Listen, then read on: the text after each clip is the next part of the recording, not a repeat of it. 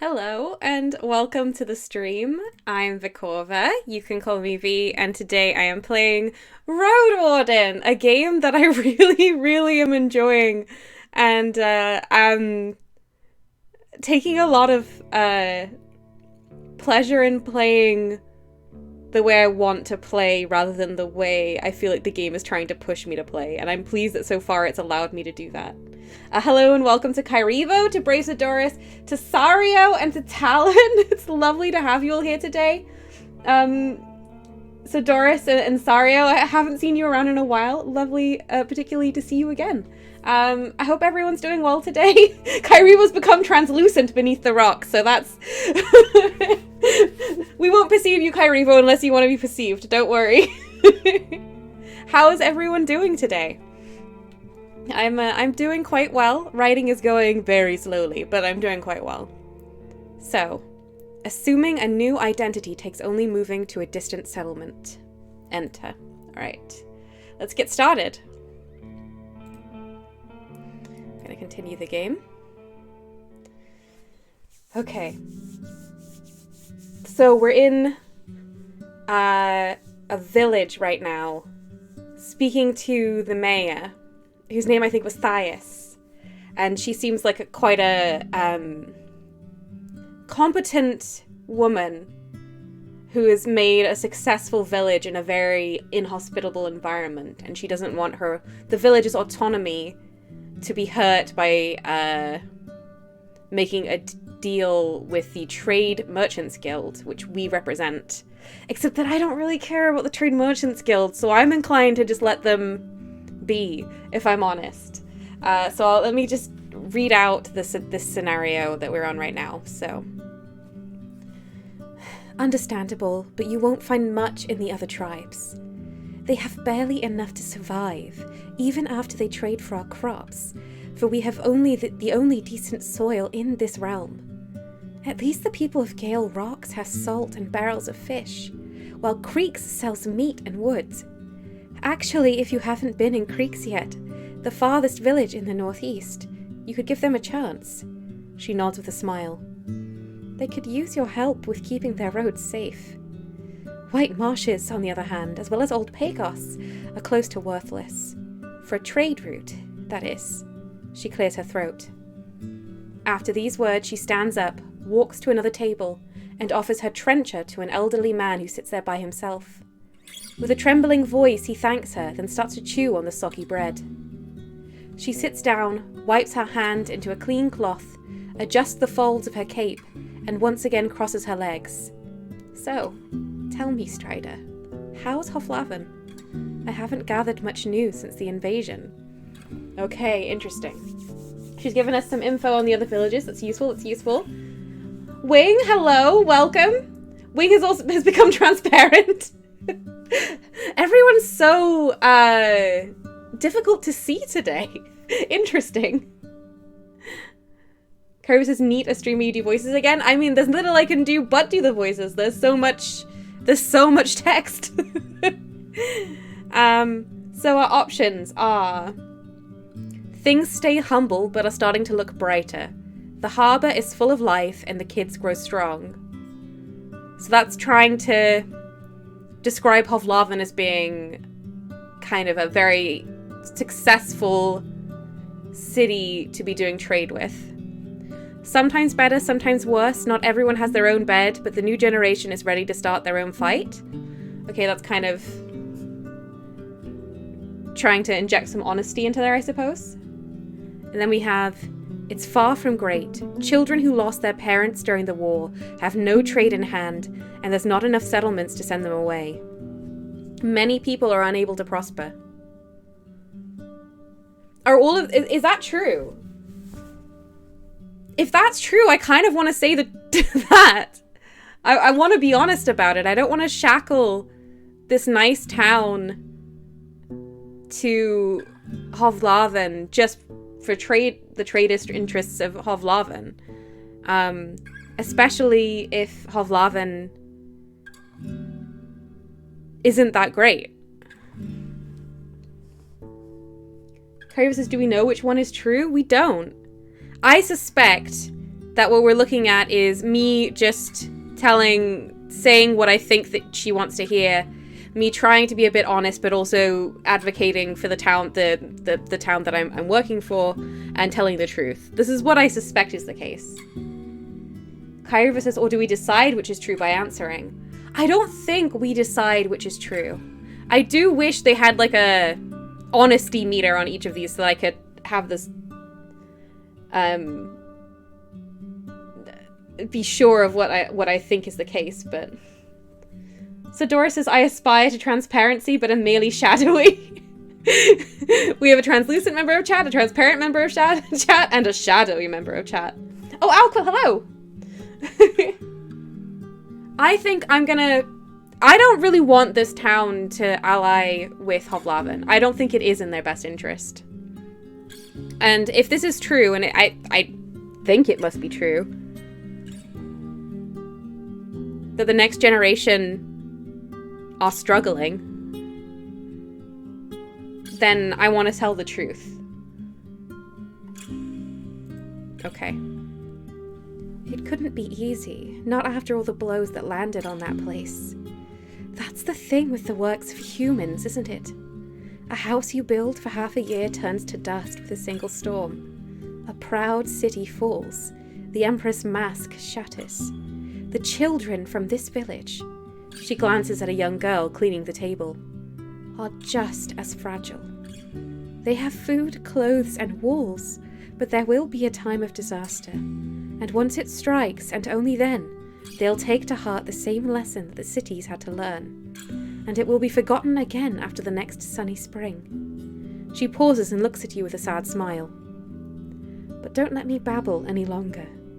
What can I do for you, Strider? It's so funny that I'm Strider. I don't know why I did that. Except that I'm a huge Lord of the Rings nerd in my heart, I suppose. So, I'm looking for Asterion. The Asterion is the Roadwarden before us who went missing, which I am looking for. Talon says, have you ever considered becoming an audiobook narrator? I'll take it. You know what? I'll take that suggestion to heart. I do miss narration. I'm not good at it anymore. At least I'm not as good as I used to be because I just don't get very much time to do voices. I don't get very much practice reading aloud like I did when that was my day-to-day job. But it's nice reading a text adventure and getting to kind of dip my toe in again. So, what would it take to make you consider joining Hovlaven?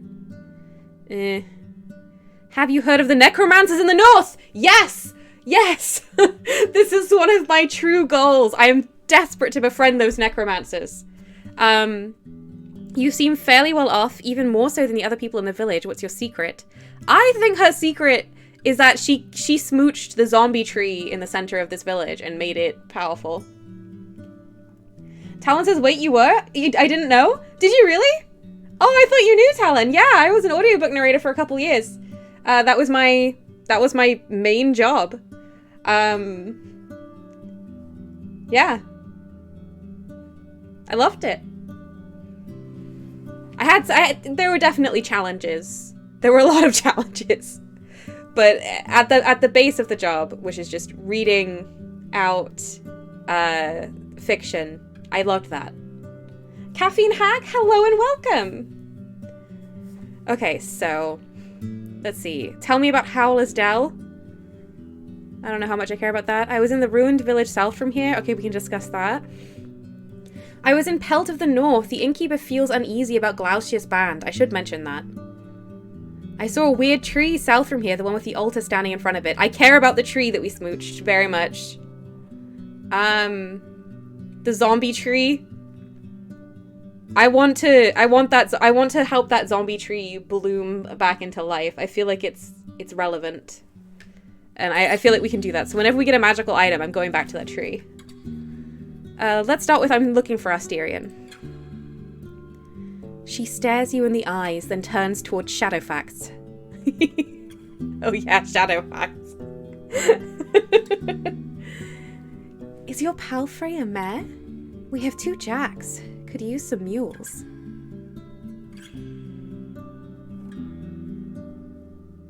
A stallion, so it won't give you anything stronger than a hinny. I don't know. What's true? I need to look at my horse. Is my horse in my inventory? It is, but I need it to stay strong and healthy. I'm looking for Asterion. Okay, well, I don't need to then just say I'm looking. Clearly, she's saying she will give me the information if I let her breed my palfrey, but I don't know that I want that. Where's my horse? While valuable, they can't survive in the Dragonwoods on their own. It doesn't say anything about Shadowfax. Is Shadowfax a mare or a stallion? Does anyone remember? Quarrel! Beep beep! Hello! Maybe Kyrie was right. Maybe what I say makes these things true.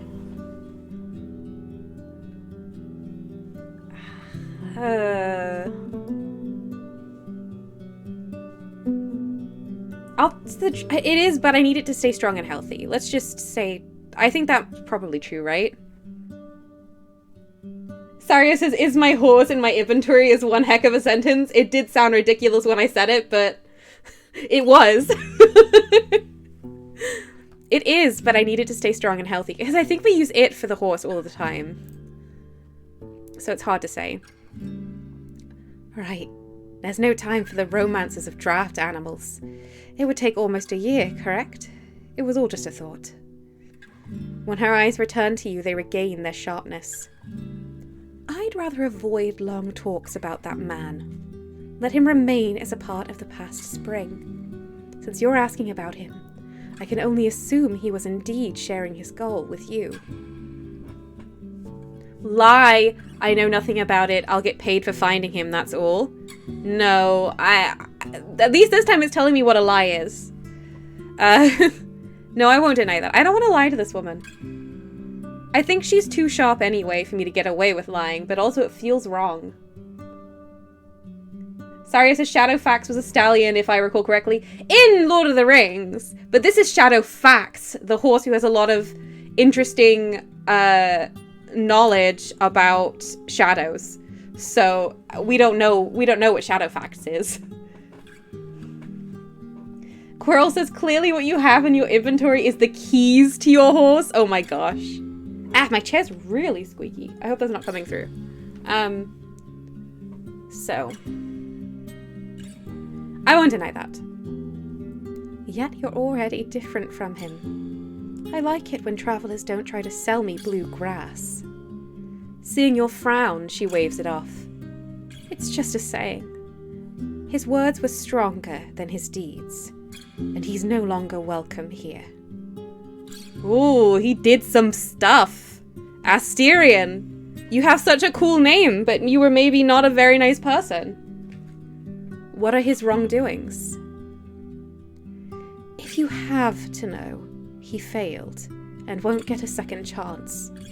He was meant to escort Aegidia, a daughter of mine, to her betrothed in Gale Rocks. She was a great archeress, and the road from here to the coast is not that dangerous. When they saw goblins on the road, Asterion ordered her to push through, right into their trap. She touches her deer-shaped buckle. They got jumped like a bunch of wealthy pilgrims. A Roadwarden worth their gruel should know better. He can fight with a blade, but my girl? She never had a chance. She sighs and looks at the gate. He disappeared soon after his pitiful attempt at apologizing to me, and we closed our doors behind him. For good. I'll let you know if he ever tries to return. Interesting. Okay. Caffeine Hag says big get cursed vibes if you lie to her from someone who knows nothing about the game. I mean, maybe. I kind of feel like that too. I think it will be bad if I lie to her, for sure. Also, this tree, this village has a tree like the zombie altar tree we've met on the road, except that this one is flourishing. So, and we don't know how this village has managed to survive in spite of the harshness of the environment. And I think she's got some kind of connection with this village's tree. So maybe I would get cursed. Sibira says, let's not forget that Asterion was rich. While that doesn't completely preclude being a decent person, it does make it much, much less likely. Very true. Very, very true. Okay. Did you ever find your daughter? For a few breaths, her green eyes seek something in your face. Her words are careful, yet hesitant. She's with the fogs now. The goblins were after food, so they carried her shell away. One day she's going to charge at our walls, awoken and empty. Even though she was a bit mawkish, her heart was strong and patient. She listened to people, was ready to help them and to cry with them. I could tell you stories, but what for? Let the dead rest. Okay. So for people who are just experiencing the world of Roadwarden right now, any dead body of a human is referred to as a shell, and it will become a zombie, and they become more powerful the more other living souls they consume. So that's just a fact of this world. And so if you don't burn the bodies of dead humans, they do become zombies. Which is why I don't understand why necromancers are reviled. Because if every dead body becomes a zombie anyway, then surely someone who can control undead is an incredibly useful person to have around. And I'm going to befriend those necromancers, just you wait.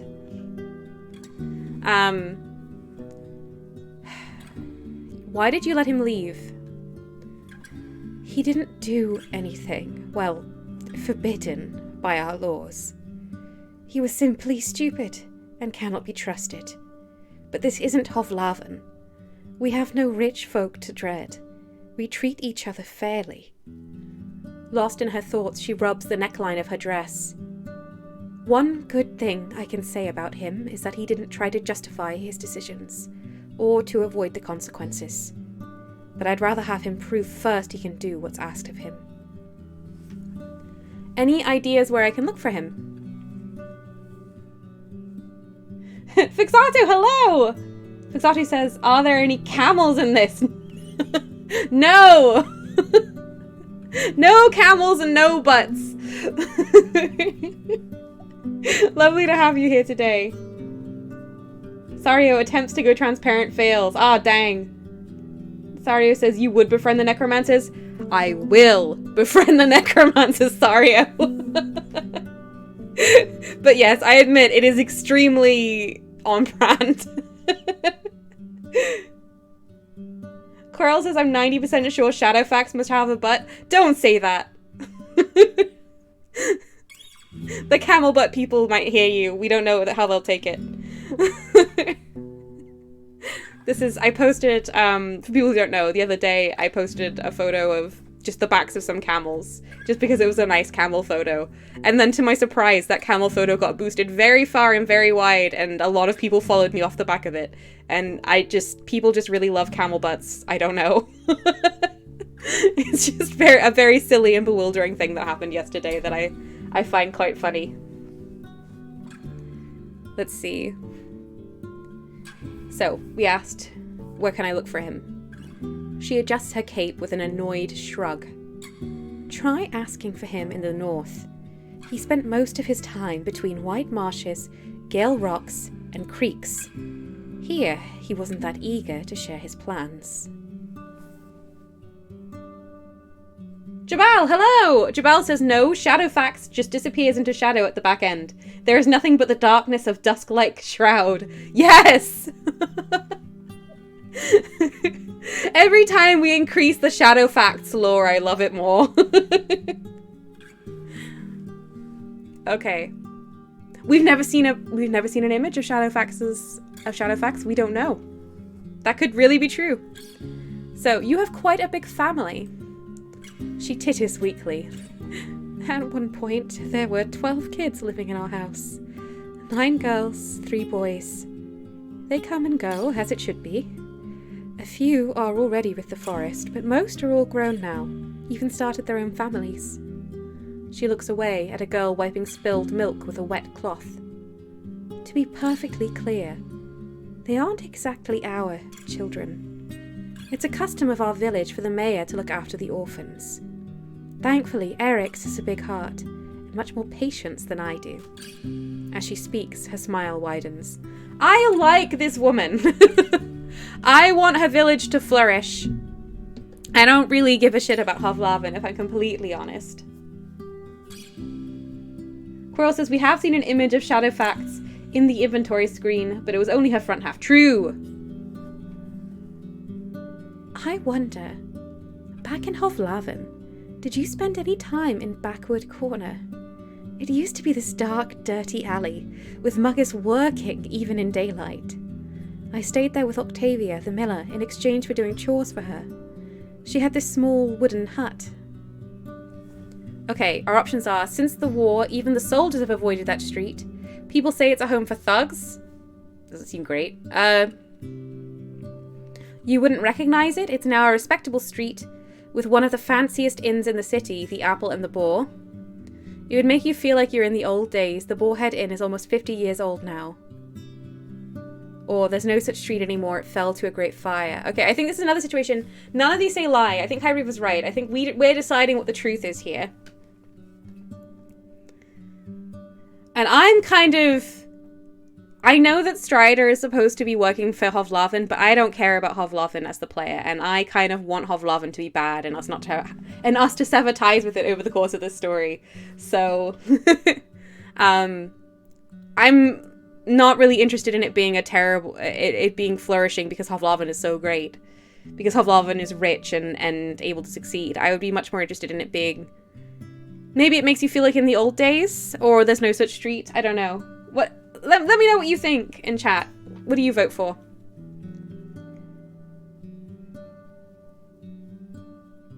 Quirrell says, I love games that let you world build like this. Just state a thing and have it be true.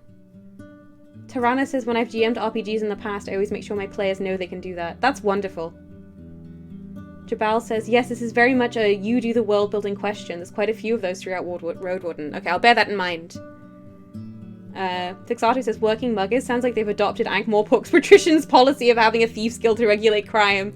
Yeah, I can see how you're reading it that way. Yeah, I don't know. What do you think I should click? I'm feeling like it should be old or gone. I am anti-Hovlavin. I think that the merchants in Hovlavin might be quite greedy and they don't care very much about what they take from the settlements that have managed to scratch out a living here. And so I don't want Hovlavin to be as great as I'm supposed to be pitching it. Jabal votes fire. Yeah, I think that's a good one. Calmly Enveloped, hello! Calmly Enveloped says, so what you're saying, Vio, is it was a case of the camel, or a camel case, if you will. Oh my gosh.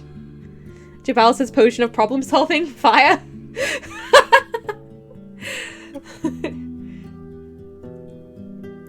Yeah. I'm gonna go with the fire then. I was leaning towards it anyway. Quirrell says we don't talk about fire potions here. I did learn how to do them, but I still feel prejudiced against them. Fixato says it got engulfed in Shadowfax's backside shadow. You tell her about the riots that happened 2 years after the invasion, led by hungry, ill people with no place to go. You describe briefly the streets that have risen from the ashes, but it doesn't spark her interest. I can't say I miss that place, but it's weird to think that such a strong memory is no longer a part of reality. Like a tree that you've walked past 1,000 times, and one day it's been cut down. She sits silent, absently observing your lips. Okay, you gotta tell me about the necromancers in the north. Have you heard of the necromancers in the north? I know you have, and you can tell me how to get to them. She taps her fingers on the table. Yes, I have. After you ask her to tell you more, she seems to regain her confidence. You mean White Marshes for sure. It's called White Marshes! Okay. I don't know all that much about what's happening there. We avoid their lands if we can. She frowns. I shouldn't gossip about it with strangers. We can talk about it on another occasion. Okay, she doesn't trust me enough to tell me about that. I want you to tell me about the tree because I think you have one of these trees. Let's go.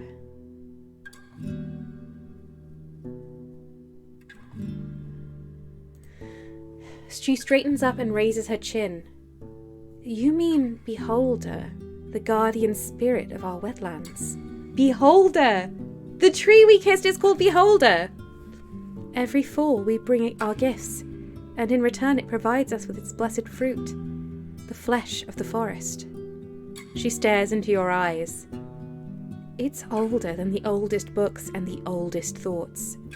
The druids help us honor its sleep, and show us how to ask it for its help. Neither of these rituals, she scoffs, would be of use for you. I want you to tell me how to do that. I've kissed it and I gave it a health potion and it seemed pleased. So I think you don't know what would be of use to me. Okay. It was like a weird hairy flesh tree. It was very cool. I only kissed it because it wouldn't let me pet it or stroke it or be positive towards it. It suggested kick. So I entered kiss instead.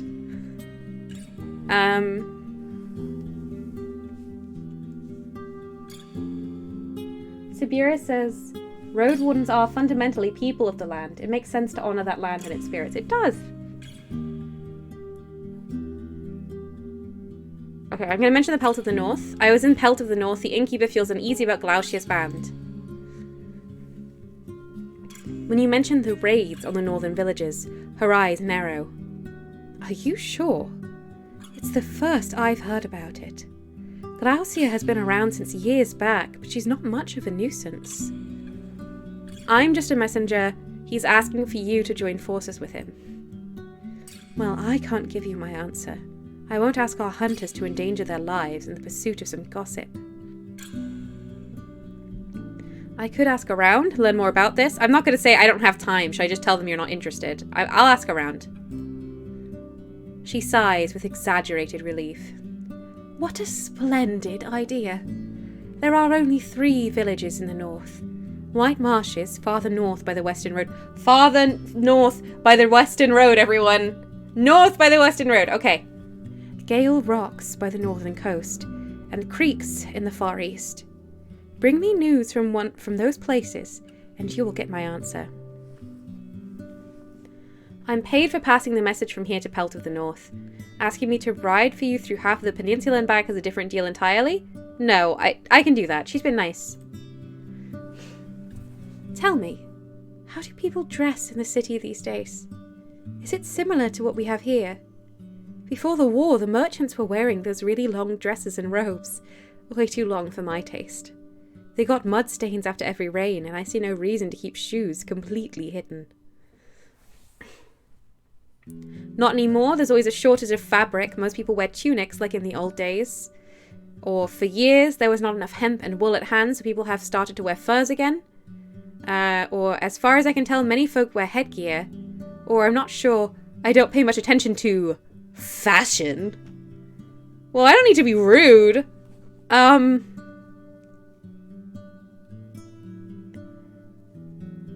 like the headgear thing. That sounds fun. You describe the complex world of veils worn by rich folk who try to express their modesty by covering their long hair, of hoods which, thanks to the colourful embroidery, get fancier with every year, of light caps and heavier turbans introduced by merchants from the southern realms. The mayor has plenty of questions about colours, materials, prices. Only after you satisfy her curiosity does she let you change the topic, though still with shining eyes. She's waiting for me to learn more. Okay. You seem to be fairly well off, even more so than other people in the village. What's your secret? I'm curious. She reaches for her buckle and her voice grows cold. There's no secret, traveller. There's hard work, risks, and sacrifices, and the support of those that care about me.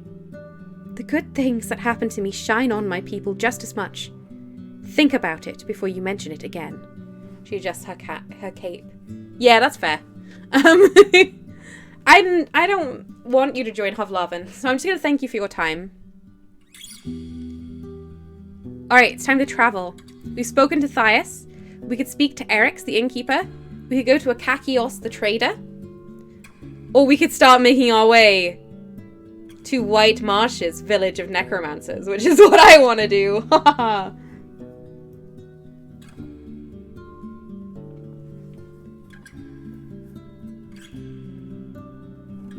Jabal says you're playing non-time limited mode, you definitionally have time.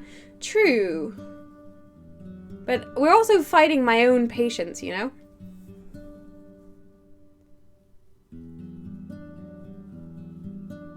Jabal says this is a great shop for accountants and celebrities. If only!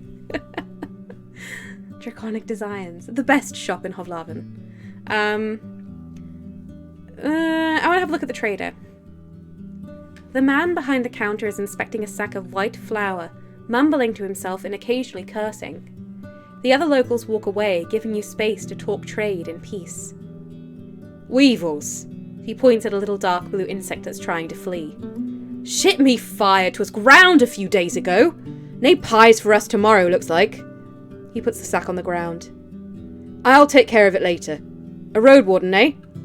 Either the mayor cared enough to see you, and the kids are lining up to look at your horse. Strangers are like ghosts to them now. I cannot read the way they've written this accent, but we'll carry on. He's wearing a simple brown robe with no hood, a rope instead of a belt, and a modest trim made of green thread.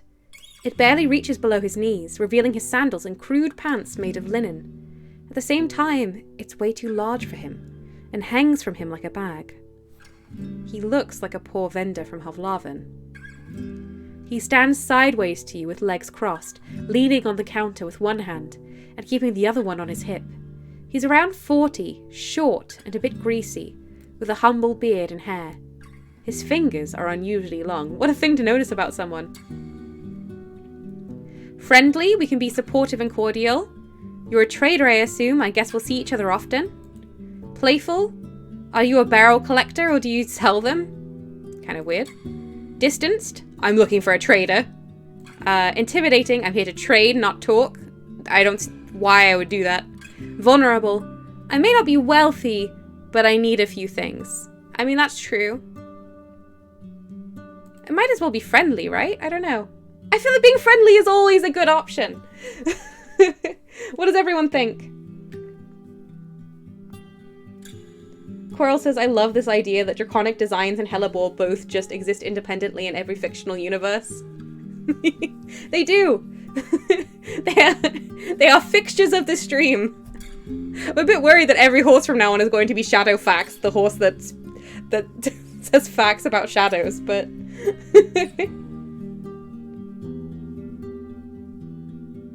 Call me about to shit me fire my ass up. Yeah, that was a bit of a saying. I think I'm just gonna go with friendly.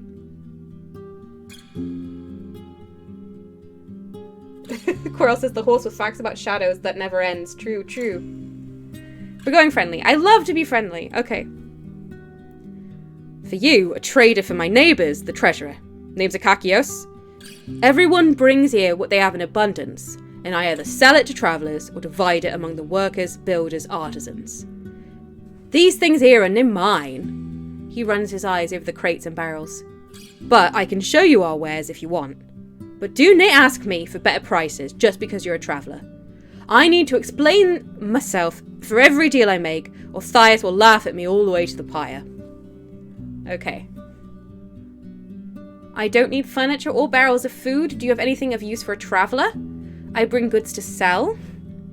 Oh, you might know stuff about Asterion. Okay. What do I have? Do I have goods to sell? I have a berry picking hook.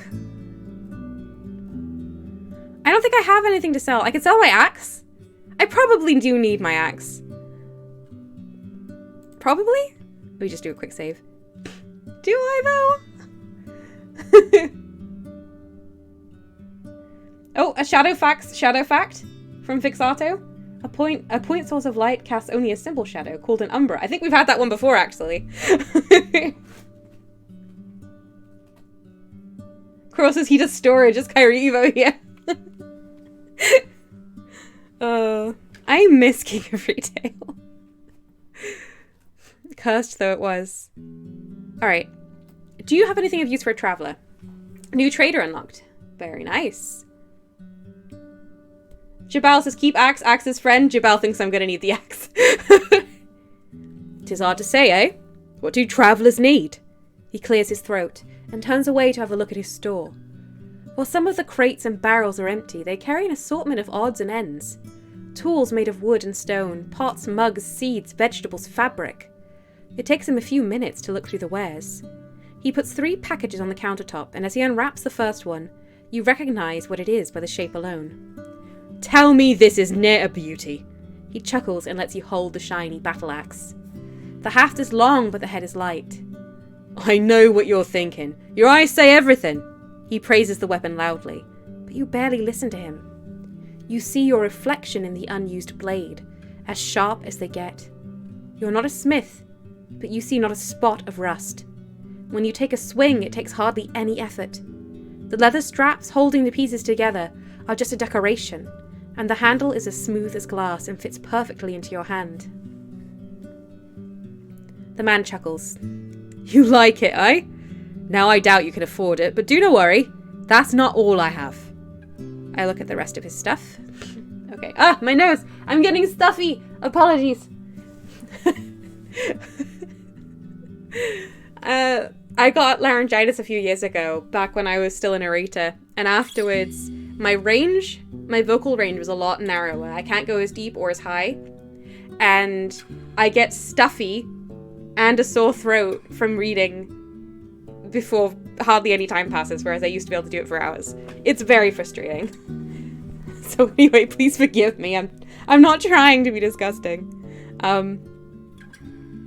His long fingers tap against the parchment windows of a lantern. Its frame is cheap, made of oak. "'Tis glued, and 'tis quiet," he says, while shaking it in the air. "Near as fancy as the iron ones with oil, but you can carry it in caves without lowering all the corpse eaters and goblins. Perfect for a traveller, just take a look." Ooh, a lantern! Inside the lantern you find a place for a candle. Not a great match for people living in wooden houses. "Hide and glue are net easy to make, but I will net ask for more than 4 rings." The last sack is as wide as a saddle, and 3 hands tall. It contains a whole bunch of undyed linen sheets. "We usually keep them for traders, but we could use a few dragon rings. And who knows if there's ever going to be a next caravan." He gives you a long look. "Interested?" Linen sheets. Depends on what you want for it. Ooh, okay. A lantern for 4 rings. I can't afford either of these. Should I get the lantern? It says that if I use it in the dark, it won't attract zombies. That seems good. Brave Sidora says hard to work out what accent he's supposed to have. Yeah, so I just did one. It's fine. Fixata says the only astronomical objects able to project visible shadows onto Earth are the sun, the moon, and in the right conditions, Venus or Jupiter. Thanks very much. Coral says at the subsolar point, the place in the world where the sun is directly overhead, shadows are very difficult to see, and in local folklore are often held not to exist at all. Commonwealth says shadow fact, shadow is divided in several types according to the extended light source. They are antumbra, penumbra, and umbra. Thanks, everyone.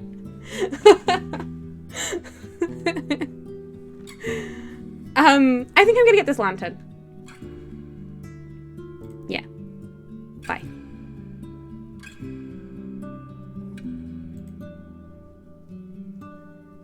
What can I sell? Okay, yeah, I don't have anything to sell. That's fine. Do you need any help? I could use a job. Know what? There's something urgent. I need a medicament for my daughter. Not that she's hurting or anything. He raises his open palm as if to show you that he's not holding a knife. She's a teen, wants to start hunting in the woods. I can't teach her much, but I'd sleep better with her having a healing potion. You have, he hesitates, almost 19 days. Bring me the potion before the last dusk and I'll pay you 5 dragon rings. Okay. 5 dragon rings if I find a healing potion. I had one, but I did give it to the tree. And where can I find such a potion?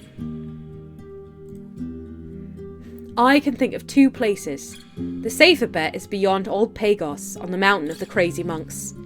Crazy and boring, more boring than a mouflon, but they often brew with Numa. Numa is like mana, I think. It's like energy. Magicka. You can also head south, east of the crossroads behind Pell to the north. I've never been there myself, but you'll find a dolmen there, as old as a city. And this, he reaches for his clinking pouch and pulls out a massive iron key, is meant to open some secret passage there. How do you know about that secret?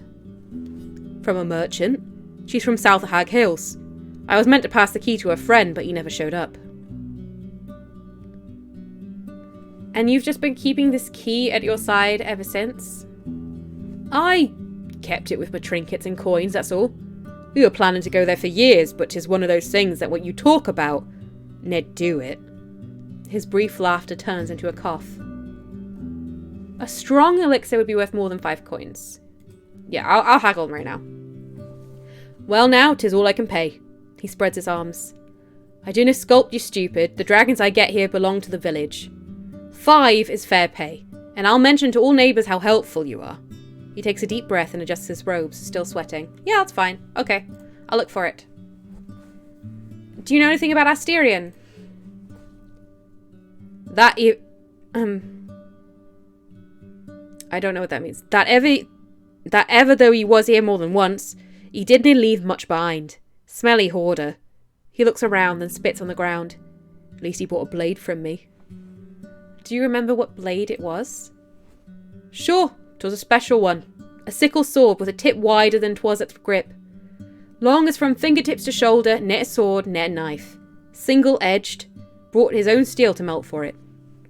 What's it good for? Fencing? More for cutting bushes, creepers, roots. It will ne'er fell a tree, but 'tis a fine tool. He nods to a passerby, but his smile disappears as quickly as it had shown up.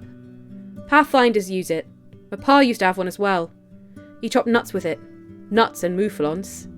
So like a machete type deal? So he took it to the wilderness. He shrugs. Pretty much anywhere.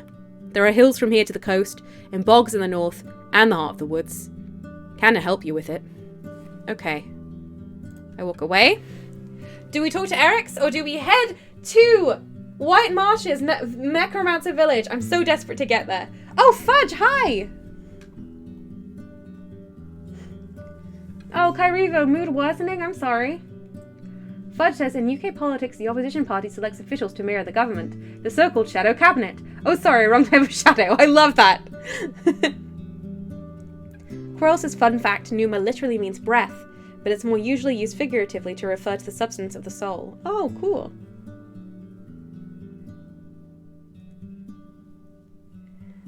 Alright. I just want to go see the necromancers, like, right now. What time of day is it? 6 hours? Is that enough time to get to the necromancer village? Surely. Surely. I do need to bathe. Maybe I should approach the innkeeper and, like, sleep. I really need to bathe. I want to make a good impression on the necromancers.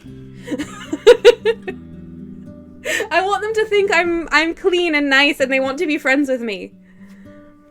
Even though the counter stands outdoors, it's not rotten or dirty. And you guess that, like the other furniture, it's brought inside every night. Eric's approaches you with a smile and leans on its surface with his fists. He's portly and even taller than his neighbours. He's got freckles, short grey hair, and an elegant beard. His long, woolen orange tunic has a decorative cut right under the neck, and loose braids at the edges. How could I help you, traveller? His accent is heavy, nothing like his wife's. He stomps with a heavy boot and looks around as if he's just waiting to get back to his other tasks. His fingers are still dirty from weeding the garden. Oh, snorts, sorry. So Doris says, so there's pneumatic zombies? Oh no. How are my food rations? 4. That's not so bad. I could use a room. Sure thing. He nods. But kids keep it cleaner than you'd find in the city. Just tell me when you're ready. Yeah, I'm ready. Cool. How do I sleep? I want to sleep. Do you have any rumours? Rumours? No, really. I have my own things to worry about. Neighbours to keep their own company. Better for everyone to seek help from a wife or the forest speakers. Then a mug of ale. So no rumours, but maybe you've heard about someone who may need my help? You say it as if we expect travellers to get here any day now. I'll ask around. Come tomorrow. Okay. Have you had any interesting guests recently? I do not know. He scratches his beard. There was one vagabond, but he was near here for very long. And didn't he do much? A timid fellow, talks loudly, but is afraid of everything, especially the guards. His face is touched by flames. Has a big ballista. He says this word with a strange accent, smirking. And a large bird is his beast of burden. A large beast of burden bird? Oh, that sounds really cool. I want one. I do not know what to say. He shrugs. He went south and is most likely gone. Cool, okay. Thanks. No, I want to go to the innkeeper and sleep. I asked if I could sleep, but I can't wait or sleep here. Jabal, help me! How do I sleep? Fixatus says my hotel is as clean as an elven arse. Jabal says, as a gentle question, what part of village in the marshes full of decomposing animated corpses screams a group of people deeply concerned about personal cleanliness and style choices be, look!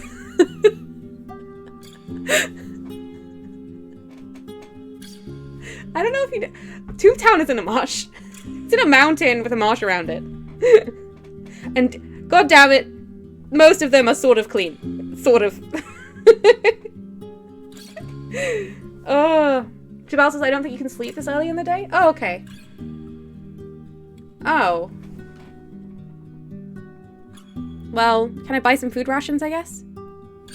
Oh my, you have a lot to say about food rations. Okay. I keep them in the hall. Smoked mutton, a sack of dried fruits, nuts, biscuits. We eat fresh here and pay with work. Coins are no worth much. When he thinks, his lips move as well. Let's say 1 ring for enough food to fill you for 2 days. That seems good. In Hovlavin, that kind of price would buy you 3, even 4 times as much food. Sure. If you're in a mood for spending, I also have something special. Just give me a minute. He goes upstairs and returns with a small wooden box and a hand-long leather sheath. 'Tis a teeth set. You're afraid of what he's going to show you, but when he opens the box, you realise he meant teeth cleaning. Toothbrush! I must have it. See? He points at 3 different compartments. Salt, cloves, and mint. You mix whatever you want here.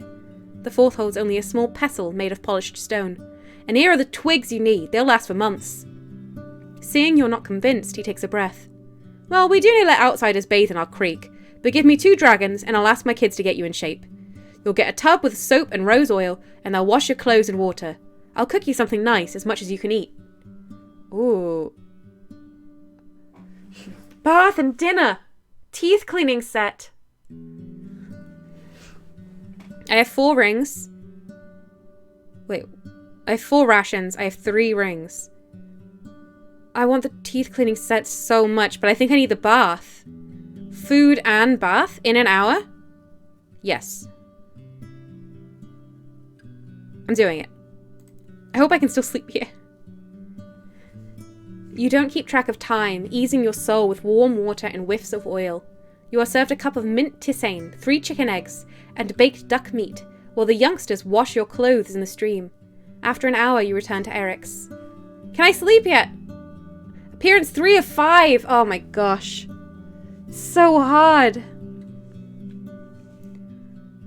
Thanks. I leave the square. I got some time to kill. I guess I'll go to the local priests. You head south of the dead tree in the main square.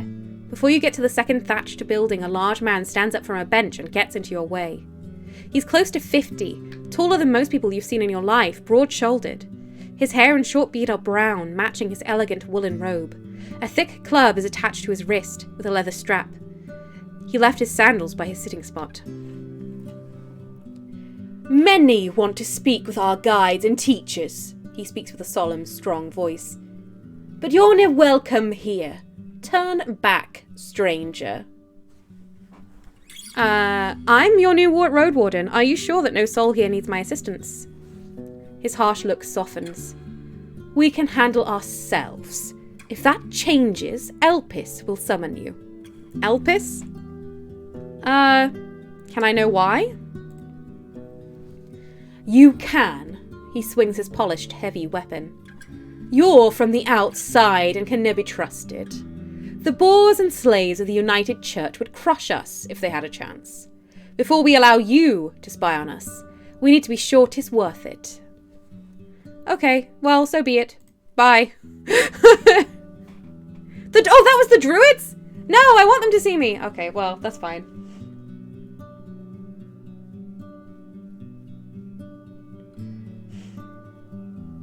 Kyrivus is still wondering if the big ballista was innuendo. I didn't even catch that.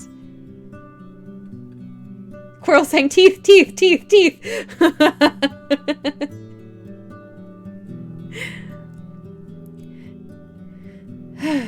You're wandering through the village. A group of children covered in mud gathers by your mount and argues loudly about what's better, horses or donkeys. A couple of older people are gossiping with excitement while they grind grains with millstones. main square. I leave the square. What time is it? Come on, I guess I'll go to Bion. I can't, like, afford anything. So my only options are to go to shops, and I go to them, and it's like, well, I can't buy anything right now.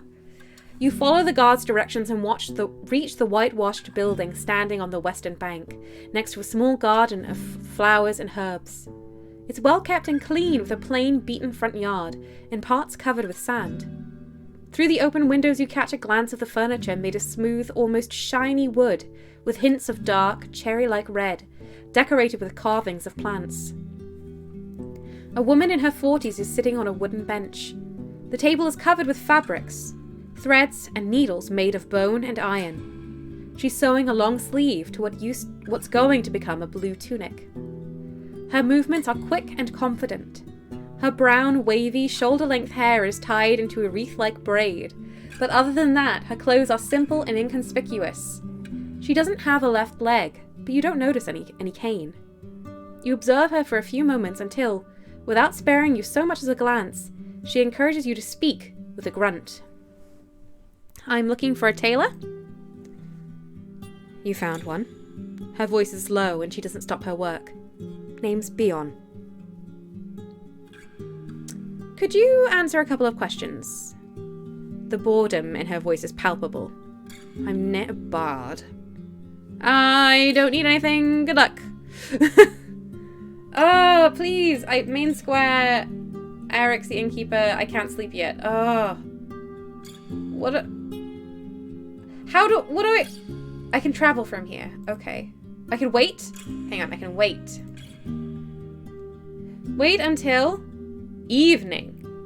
And then I sleep. And then I can sleep!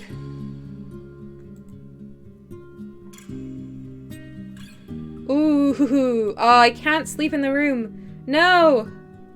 I didn't know how much it would cost. He didn't tell me.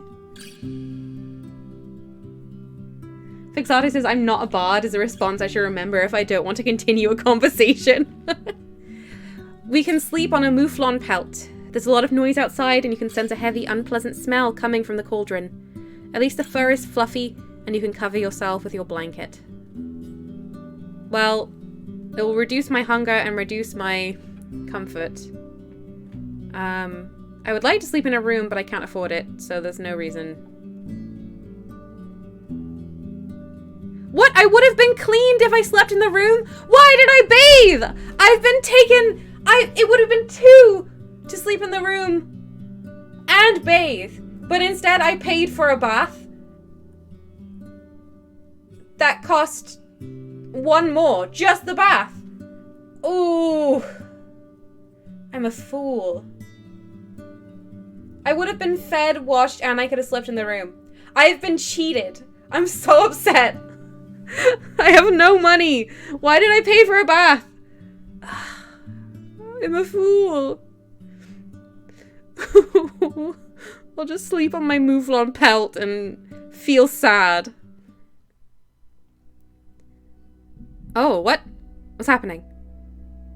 Your first sleep ends, but your usual 1-hour break is instantly disrupted by noise. You stand up, walk to the window, and see the reason for the commotion. A group of workers is just outside the inn, drinking and laughing. Eric's the innkeeper is also among them. You could join them, but if you do so, you won't get a good night's sleep, and after such a long day, you may end up exhausted. I just want to rest, or it's an opportunity to show that I'm not an outsider. I can sacrifice a bit of sleep. What's my vitality's 3 or 4? It's gonna go down a lot. What should I do? Should I go talk to them? On the other hand, Eric's cheated me.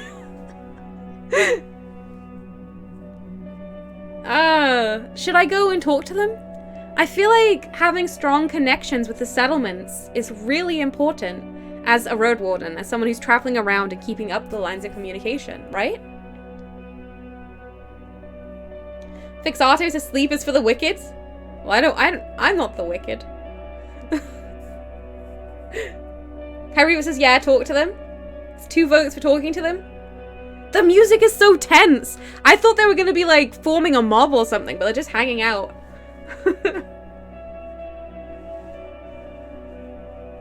Alright, we'll do it. We'll talk to them.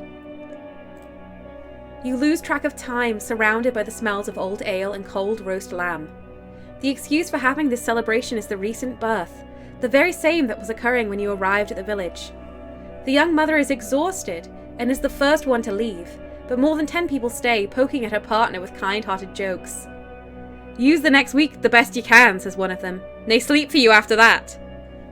You may be a stranger, but your presence is welcomed with joy. The small talk is just as engaging as you'd expect from people who have already slept for 3 to 4 hours today. But there's something pleasant about them sharing their parenthood stories and plans for the future. The humming of Howler's Creek and the lights in the dark make you feel as if you belong here, and that's a delightful illusion, especially in a group of strangers. At one point you're asked about your own journeys, though you prefer to keep most of them to yourself. One of the hunters encourages you strongly to travel to creeks. They're a fun bunch, you see. They love to meet new people, but be ready to wake up with a spinning head. Okay. I'm one of the first people to get back to bed. Yes, good. A little sleep. Primordial Nightmare! Hello! Kyriba says, I'm buying this game right now just for the music. The music is really good. Also, the story. Don't forget to kiss the tree. Very important. If you get an open prompt with a scary undead tree, kiss it.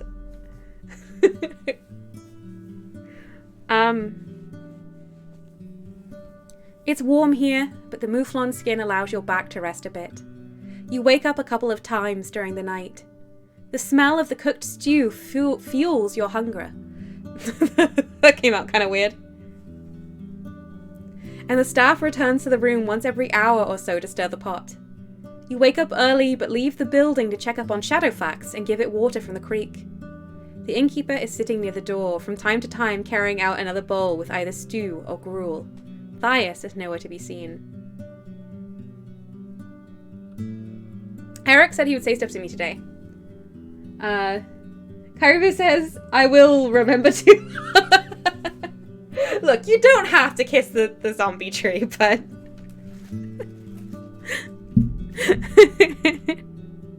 I feel like it's been a defining moment in my game. I approach Eric's. Did someone contact you about work for me? Very much so. As for Tymo, she's usually at the creek, just outside the southern wall doing laundry. She wants to find herself a husband. There's no much in it for you, unless you'll be here for the marriage rites, but it will make her happier. Okay. Let's go find Tymo? I look for Tymo, the washwoman. Hang on, you're wandering through the village. You smell the pleasant aroma of ground herbs as well as freshly baked bread. A young man is reprimanding a little girl who had dropped and shattered a clay bowl. Before you reach the gate, you find 3 washwomen who are walking down the path chatting loudly. The wet hair on their arms and legs shines, contrasting the mud on their feet. Some of them wear soaked shirts. All have their heads wrapped in kerchiefs. You know from the city how hard and sometimes dangerous their job can get. You glance over their laundry baskets filled with clothes, and buckets of urine. Once they notice you, one of them puts her things next to a fence and tells the others to go ahead without her. Her companions giggle, but loyally leave the 2 of you alone. I was so hoping to speak with a vagrant... A traveller? She starts and looks away. Whenever she speaks, she's both very direct and distracted, struggling to explain her plans. After a brief conversation, you try to sum it all up. So, you seek a man who'd agree to take part in the marriage rites of your druids. She nods energetically, but then freezes. She's tanned from work, but her face is young and smooth, and since her hair is hidden, her bright hazel eyes keep drawing your attention. Not just any man, she interrupts you angrily. Someone who stays in the sun and works hard, for us and our kids. You ask if she has any children already, and after another minute of her awkward explanations, you take a guess that she doesn't. You ask if it would make a difference for her to move to a different village. We live good lives here, safe and plentiful. I'd rather stay, but I could live with a safe convoy. Okay, see you soon. Sure. Primordial Nightmare says zombie tree? There is a tree with an altar next to it in the middle of a marsh that smells of dead bodies. The tree itself is weirdly warm and pliant and has hair all over it rather than bark. That is the zombie tree. We've been told it's a god. Oh, I think you can now post links, Fixato, or certainly VIPs can, so feel free. Calmly Enveloped says, I kissed a tree once. We both felt very sappy after that. Amazing. Okay, so we've got to find a nice partner for Tymo. Everyone's posting links now. Definitely VIPs can post links. I don't think everyone can. I'm not sure. But anyway. Please enjoy your newfound freedom. Okay. 14 hours before dusk. Love it. I'm traveling. I absolutely must find... Was it the Western Road? We take the Western Road out of the village, and that will take us north to White Marshes. Is that right? Can someone tell me which way I go? Directly north to Jubal. Okay, you've played this before. I'm going to go directly north then. Oh, I hope we find the necromancers soon. I really hope so. We've only got like 20 minutes left, and I want to find them this stream. Jubal says, I have returned with sugar and tea, but no rum, so I guess that's the difference between me and the Wellerman. Okay. Ooh, good sounds. The road is beaten and free of litter.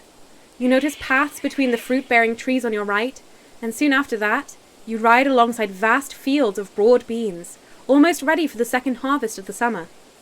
Then there are the green hemp plants, taller than you are, waiting for a scythe or sickle. The locals keep the beasts at a distance, I guess.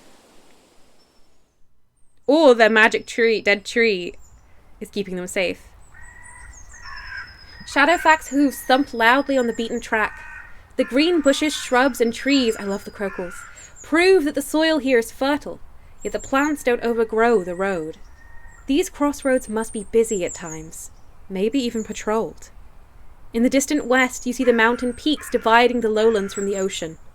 The road east leads toward the hills, behind which there are unusually tall, dark trees. There's a dense forest in the north, from which you hear the croaking of toads. The last path is already known to you. You're surrounded by 4 signposts, all of which seem to be made from the same type of wood, now covered in moss and fungi, yet the pictures and letters that cover the nailed boards are nothing alike. What does it say? I want to know which way for necromancers. I'm going to search the area while I stall.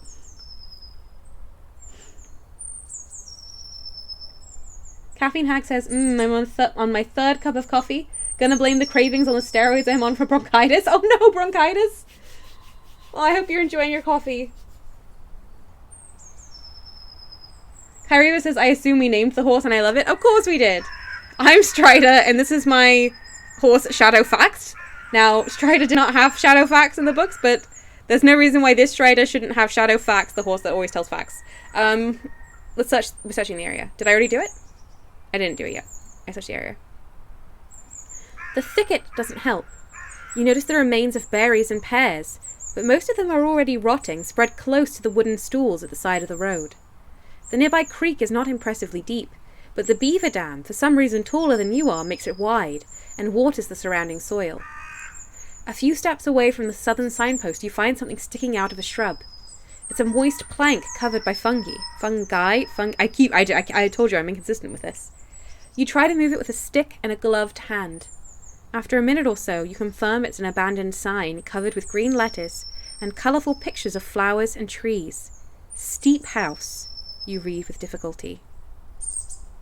I try to find where the old sign used to be attached. Yeah, what is this? The southern post is the only one with holes left by nails. I take another look. It's covered with green letters that spell Steep House, and colourful pictures of flowers and trees now blending in with mould.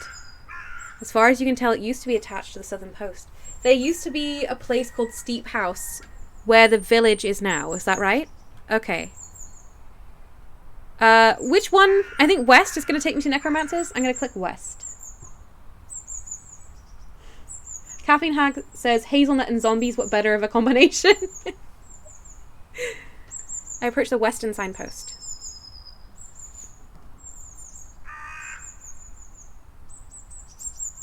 It has 2 planks attached to a single post, both of them nailed with rusty steel. The lower sign is divided in 2 halves. The left edge is engraved with 4 simple shapes, squares with roof-like lines hanging above them. The other edge bears 2 engraved piles, one of them made of horizontal rectangles, the other of inexact circles. The letters between these 2 piles say stone. The upper plank is covered with a white word, monastery, though it's divided in half. Right below it is an engraved vertical rectangle with an hourglass inside it. What is this? What is happening here? The eastern signpost, the long plank attached with rusted iron nails, is almost empty. It bears no words with only a single picture painted with great care. It portrays a city-like gate, with a watchtower to its left and right, and a couple of small conifers growing beside and partially behind the towers. The northern signpost. It's attached with nails made of pointy carved bones, and divided into 3 sections covered with small engravings. The part on the left has 3 large squares, with roof-like lines hanging above them. No other pictures or words. The one in the middle has only 1 square, but also a simple horizontal symbol of a fish and a short word beneath. It spells salt. The image on the right has 2 roofed squares, but also 2 other images which you recognize easily. A deer and a standing barrel. What is this? What's on the southern signpost? It's covered with green, blue, and white paint that portrays simple squares with roof-like linings hanging above them. Each square has large letters inside it, and together they spell Howler's Dell. Both the pictures and letters are not too old. There are no other words or marks. The plank was attached with a set of wooden wedges. Okay, interesting. Well, which way to necromancers? I think I was told west. I have west in my head.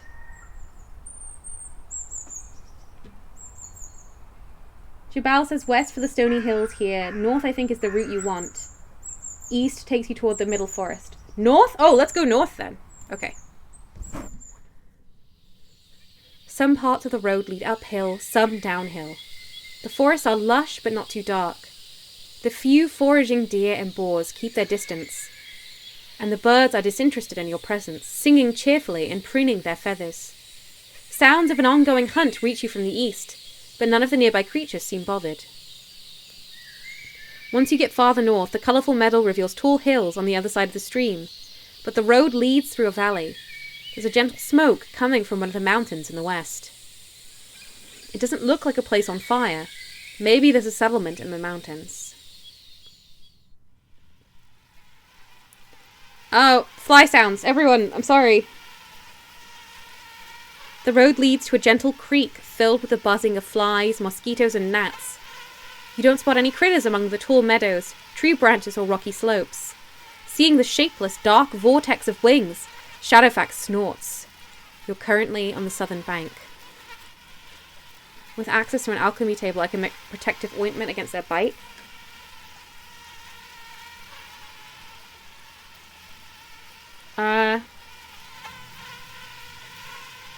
What do we think? A different route? A torch? Wrapping ourselves up with clothing? I don't think we should just hurry. I think we need to deal with this. Wrapping up with clothing makes sense. I worry the torch... Would the torch accidentally attract more of them, but then I guess they would die? I don't know. I should make a decision. I don't really want to be on this buzzing place. The first village I reached was Howler's Dell. Okay.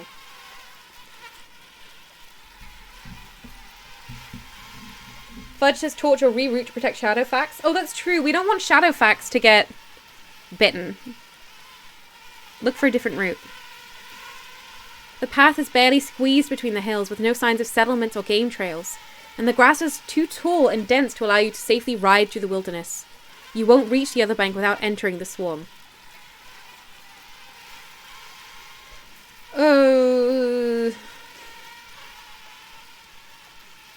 Jabal says torch is a very Strider option somehow. I'm gonna wrap up. It takes you longer than you would hope for, but you manage to cover yourself with an armor of at least 3 layers of linen, leather, wool, and hemp. Only your eyes and a single finger remain without cover. Once you get closer to the ford, countless creatures beset you, making you instantly shut your eyes. They are striking the clothes, covering your open mouth, and hitting your shell like a squishy, buzzing hail. This is awful! You ride forward blindly, trying to get out of here as fast as you can, but the insects stick with you for another few minutes. The red marks on your fingers start to burn slowly. Shadowfax swishes its tail angrily as it turns its head to its left, observing you with one reproachful eye, pinning its ears back. I'm sorry. You look around to make sure nothing tries to jump on you, and once you decide you're safe, you take off the suit. Unless you find an easier way to protect yourself, the insects will keep slowing you down. What's the point? I have alchemy skills, but I couldn't do anything. At least I kept my blood? Yes, I suppose.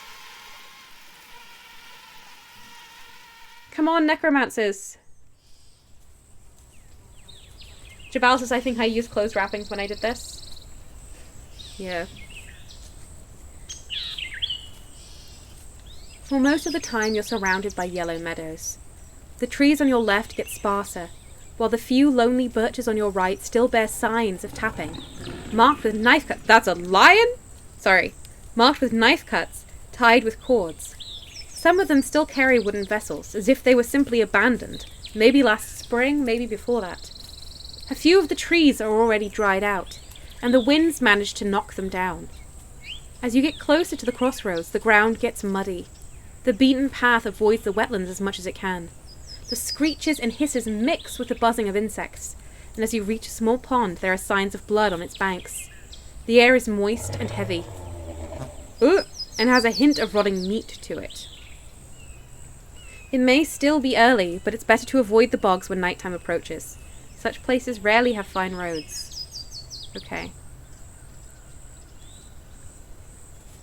Calmly and Belt says it's okay, it's not the scary kind of buzzing to us. Okay, good. I hated it.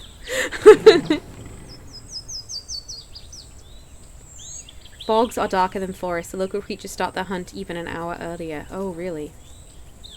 The trees and bushes are sparse here, growing from the barren grassland. Some of them bear late summer fruits. Please, no! Bad buzzing. I don't like that. A group of wayfarers is spread around the broken signpost and the abandoned cart. They're skinny but healthy, and are standing upright.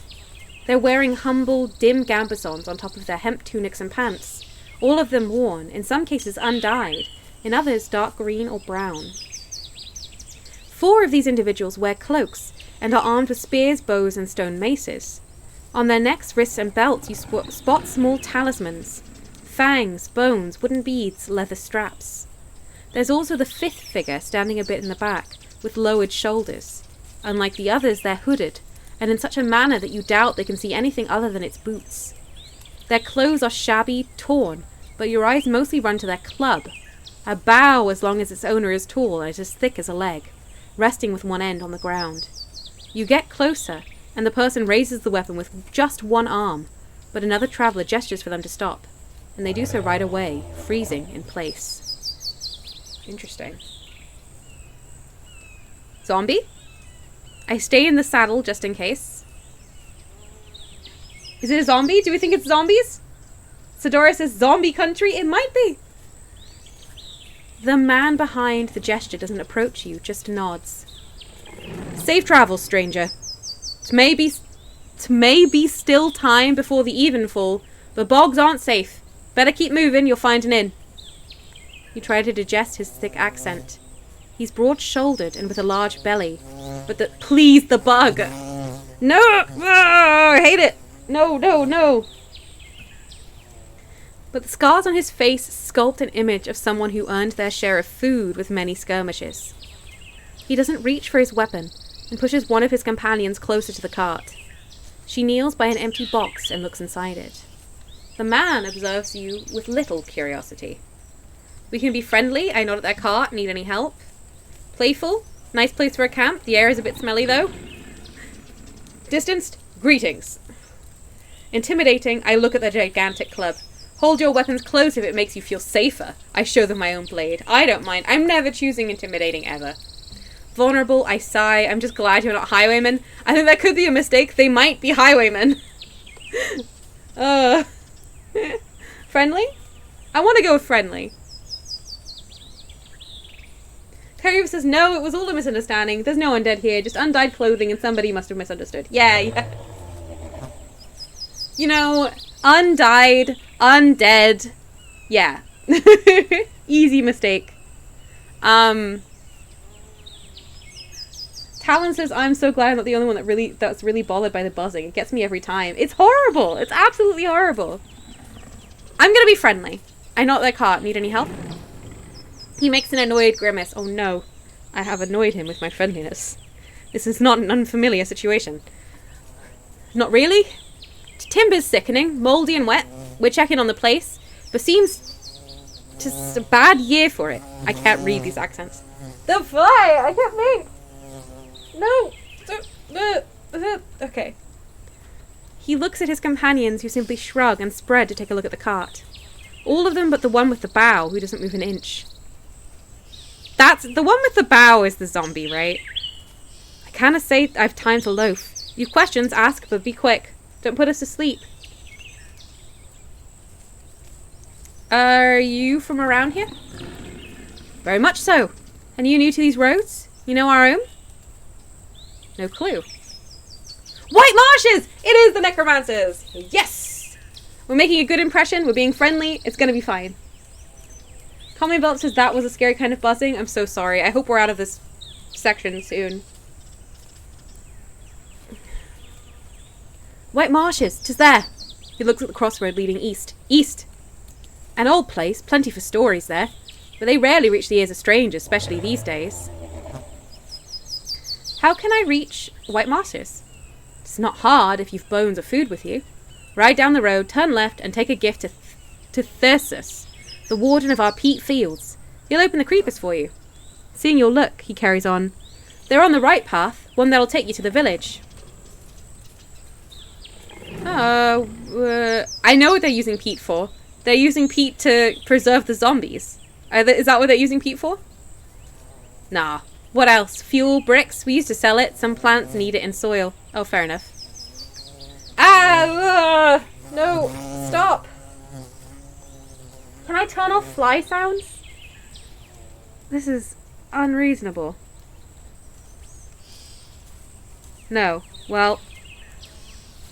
I'm leaving. I don't want to be here anymore. He steps aside. His companions are giving you harsh looks.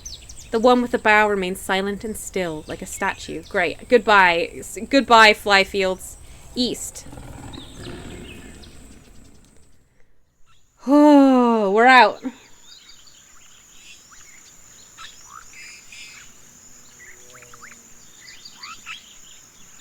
Everyone hates the flies. Jabal says mute all game sounds when in a buzzy area. That's a good idea. You leave the wetlands behind. The pebbled road runs through the hillside with tall grasses and rock faces above you and dark, lush forests below. Chunks of this path were shaped by human tools, who knows how many centuries ago. To widen it, the builders dug through the uneven boulders, I'm talking over magpies, and used rocks and logs to fill up the cavities with thousands of rocks, each one smaller than your fist. While you have a good view of what's happening between the trees on your right, the bushes and the bushes and shrugs grow so densely between them that you can't imagine entering these woods on your own. Farther south, there are plumes of smoke. A settlement, most likely. Exotic says, just don't pluck the thistles. I won't! Never again!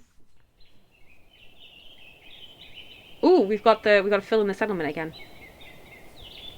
At the top of the hill, you reach a stone wall, a quiet place with no smoke coming from behind it. You look inside and see the glimpse of a peaceful ruin. While the main road is beaten and easy for the hooves, the destroyed gate and the remains of the front yard are almost reclaimed by the short grasses. You seek any suspicious movement, but the place seems to be free of inhabitants larger than a falcon. I thought it was the necromancer village. No! The air is fresh, the wind shakes the tree crowns gently. I enter the yard. The hamlet could be a hunter's shelter, a military outpost, a storage for traders, but you spot no fresh human trails. The damaged door and gate are years old, soggy and mouldy. And judging by the squirrels, birds, and the animal feces you see in the grass, this place is but a part of the wilderness.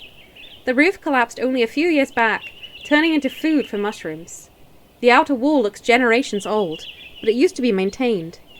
Some of its materials came from different times and areas. I guess I'll go behind the building. Let's get a good look first. Oh no. Oh no! I've made an error! Save.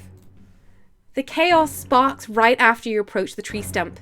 The dusk fox's growls sound like a hybrid of an obnoxious bird and an infant. One of the animals, standing only a few feet away from you, is jumping and showcasing its tiny, sharp teeth and a raccoon-like black mask on the little head. The animal, with its thick brownish-grey fur, seems more stout than any red fox. The second loud creature gets onto the table, made of a halved trunk. Unlike the first one, it has a brighter golden fur. It bends one of its forelegs, observing you with its dark eyes, not furious nor scared, rather sad and protective. Its growl turns into a miserable whine. The beasts are not even waist high, but their number may be an issue. There's yet another sound coming from behind you, and even more from the bushes nearby. They're sad. Are they hungry? They're just hungry? I don't want to fight a fox. I don't want to fight a fox. Jabal says, I do find the dusk foxes kind of adorable. Scholar skill button. We're using our knowledge. I have enough time to judge the situation clearly. Click. Oh, yeah.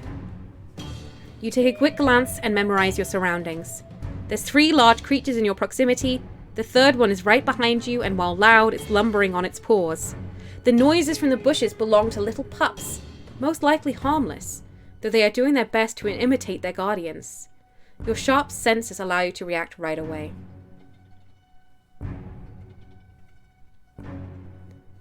I have to hurt them? No time to wait. I kick one of them as quickly as I can. I need to block their charge. I raise my hands and prepare myself to strike back. Both of those are a dice roll. Or since the one behind me is weaker than the others, I run for it. Can I just run past it? I don't want to kick them. Jabal, if I run for the weak one, can I just go past it? Help. I don't want to kick a fox. Please. I don't want to kick the fox. You can run for it? Is the last option the run option? Okay, I'm gonna go with the one behind me that's weaker. You pass the weaker fox and run toward your belongings, encouraging the beast to chase you all the way to the gate as they are growling with determination. For now, they stay in the shelter, filled with pride. Aw. You and Shadowfax take a few steps away. I need to get rid of these creatures? This is their home! No! This place was already abandoned, so I'll let the dusk foxes stay. They don't threaten anyone. I agree. Are you sure you want to leave this place to its fate? Yes! What? Yes! I ride away. The dusk foxes observe you as you climb up the saddle. They're growling and walking in circles. One of the pups knocks down their sibling, starting a playful fight. There's no reason to bother them. Yes! We did it! We've continued our friendly journey. No foxes were hurt in the making of this stream. Hooray! Yay. Okay. Alright, I think I should stop here. This has been so good. I really like this game. I'm glad I'm streaming it. Alright, everyone. Thank you so much for being here. I have had a wonderful time. I hope you have a lovely rest of the week. And I hope those of you who are still feeling ill can maybe recover a little bit in the meantime. We'll certainly get lots of rest. So, yeah, thank you so much. And I'll see you later. Goodbye, everyone.